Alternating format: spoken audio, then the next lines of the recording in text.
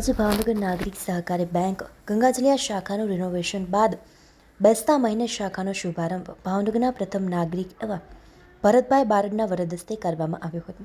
શાખામાં રિનોવેશન બાદ બેંકના ગ્રાહકો માટે શાખામાં સેન્ટ્રલ એસી લોકર સુવિધામાં વધારો કરાયો હતો.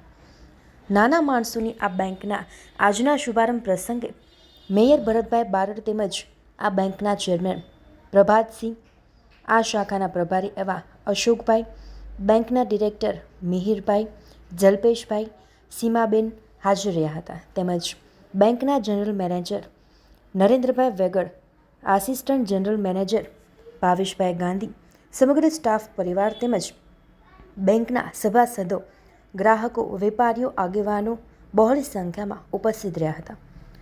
રિનોવેશન બાદ બેંકના શુભારંભ પ્રસંગે બેંકના ડિપોઝિટરો અને ગ્રાહકોનું સન્માન કરવામાં આવ્યું હતું.